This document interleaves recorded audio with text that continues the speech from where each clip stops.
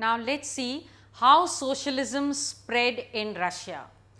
All the political parties were considered illegal before 1914 in Russia.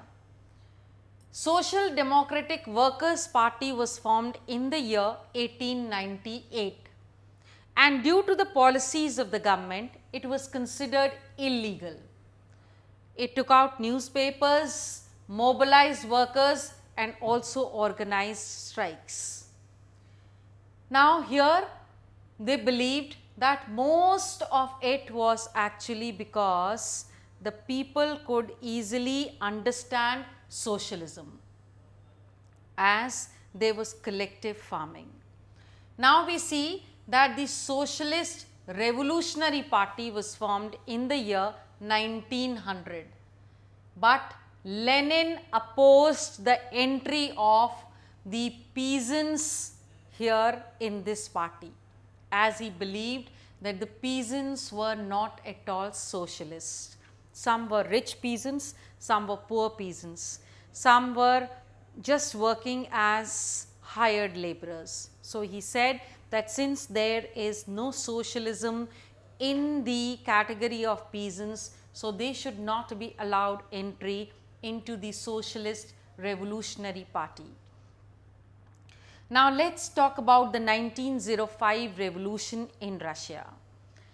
This revolution of Russia occurred because Russia at that time experienced the most autocratic rule in the world.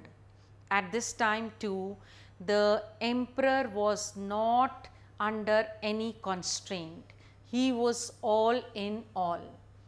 Now the liberals, the Social Democratic Workers' Party, and also the Socialist Revolutionary Party and the Jihadist wanted to bring about a complete change in the form of government in Russia.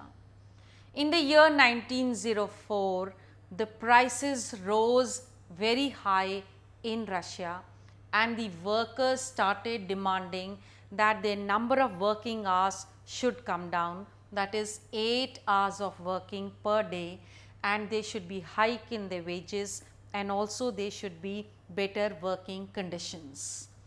Now Father Gibbon led this, and he wanted to file a petition to the Emperor of Russia, and they moved towards the Winter Palace, but the mob, the crowd was fired at and many people died. So this incident is called as Bloody Sunday in the history of Russia.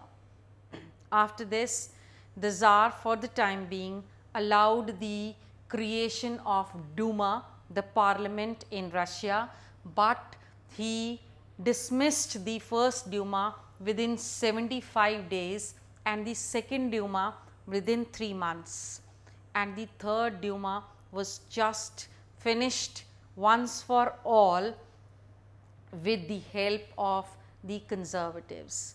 The liberals and the radicals were kept out of it. So that was about the 1905 revolution of Russia, and I'll be talking about the role of Russia in the World War in the next clipping.